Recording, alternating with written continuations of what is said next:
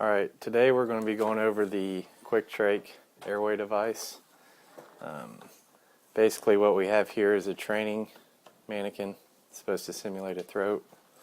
The QuickTrach kit, which is in here, it's basically a needle attached to a catheter and then a tube where you can bag the patient using the bag valve mask, which is right here.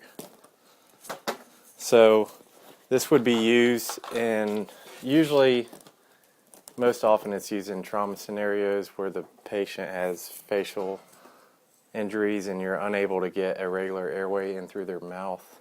This is kind of a last resort where you'd want to capture their airway using a QuickTrach. So basically what you do is you're looking for the Adam's apple, which is the thyroid membrane, and the cricoid membrane. There's a little soft membrane in between, so if you go just above your Adam's apple, you can feel it right there, actually just below it. So you feel for that on the person's throat, then you can feel a little soft hole in there. So that's your landmark that you're shooting for with this needle. So what you want to do is cleanse the area with an alcohol wipe to make sure everything's sterile.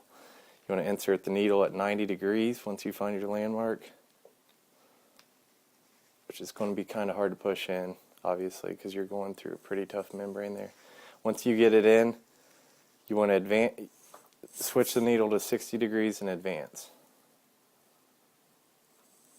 Once you're in there, you want to pull back on the syringe. If you pull back and you're getting blood, tissue, any kind of fluid, you probably aren't in deep enough, or you're in too deep and you're getting something else. So this should be clear coming through there, and it should be able to push back in. So once you do that, you pull the catheter, the needle out of the catheter. You want to put that in the sharps container, which we don't have. But then you want to take your device that connects to your BVM, connect it there. Make sure you hold on to this too. You don't want this moving back or forward. You could pull it out of where you're trying to shoot for.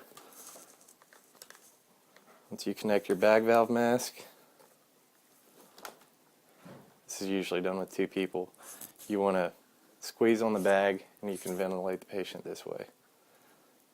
You can see the air going in down there.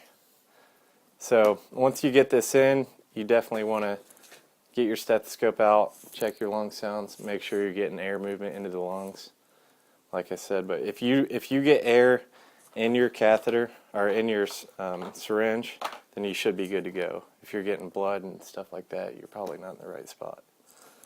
That's pretty much it.